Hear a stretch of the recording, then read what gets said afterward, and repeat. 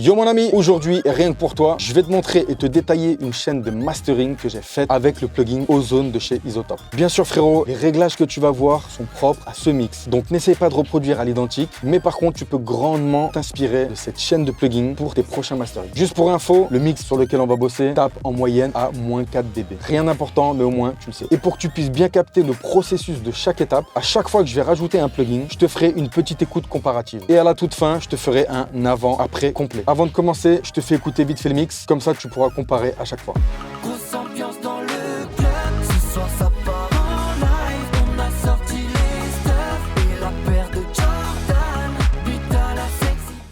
Du coup, pour commencer, j'ai tout bêtement utilisé un EQ avec lequel je suis venu légèrement rebalancer la courbe générale du track. Le mix était un chouïa étouffé, donc je suis venu baisser les basses avec même pas 1 dB de réduction et rehausser les aigus pareil avec même pas 1 dB de boost. Tout ça avec une valeur Q super large et regarde la pente que ça donne. L'idée c'était vraiment de redonner de la clarté au mix général. Je te fais écouter.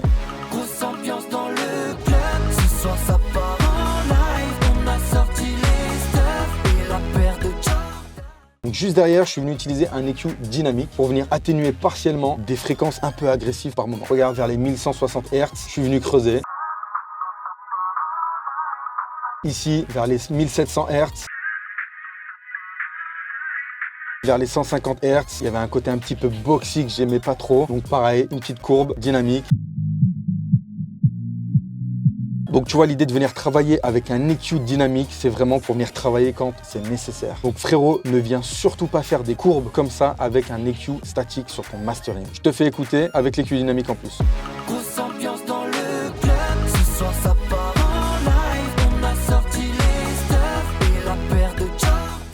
Ensuite, pour ajouter un petit peu de caractère à tout ça, je suis venu ajouter un exciter. Je suis venu créer 3 bandes différentes pour venir ajouter un petit peu de saturation. Sur la première bande, de 0 à 300, je touche pas, je mets pas de saturation. Ensuite, de 300 à 3000, je suis venu ajouter entre 1 et 2% de saturation. Et pareil, sur la troisième bande, de 3000 jusqu'à 22-24 000, je suis venu rajouter 2-3% de saturation. On y va vraiment légèrement quand on ajoute des choses. Je te fais écouter avec l'exciter.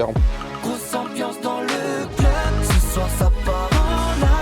On a sorti les stuff et la paire de Jordan.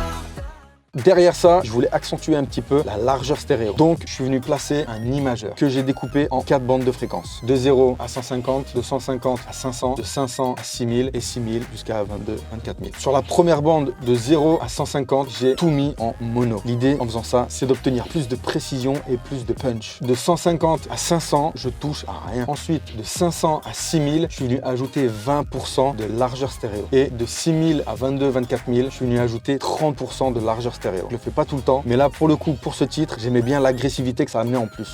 Grosse ambiance dans le club, ce soir ça part en live. On a sorti les stuff et la paire de Jordan.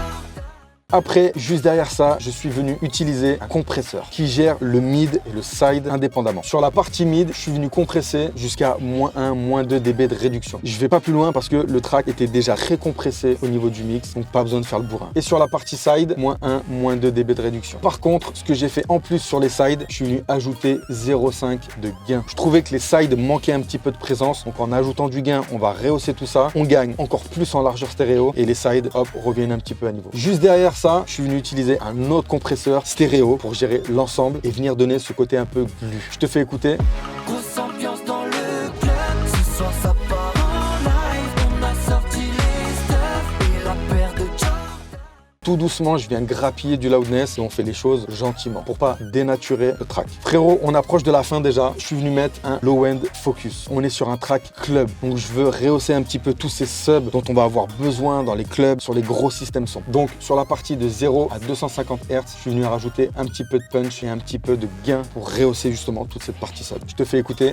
Grosse ambiance dans le club, ce soir ça part en live. On a sorti les stuff et la paire de Jordan. On approche de la fin, je suis venu placer un maximiseur sur lequel je suis venu écraser jusqu'à -3 dB de réduction avec un release super rapide à 0. Et juste derrière, je termine avec un limiteur. Et je viens écraser jusqu'à atteindre les -9, -8 LUFS. Et voilà frérot. Donc là, je t'ai fait écouter étape par étape. Maintenant, je vais te faire un avant-après complet. Le mix, ensuite, j'active tout, le mastering. Grosse ambiance dans le club, ce soir ça part en live. On a sorti les stuff et la paire de Jordan.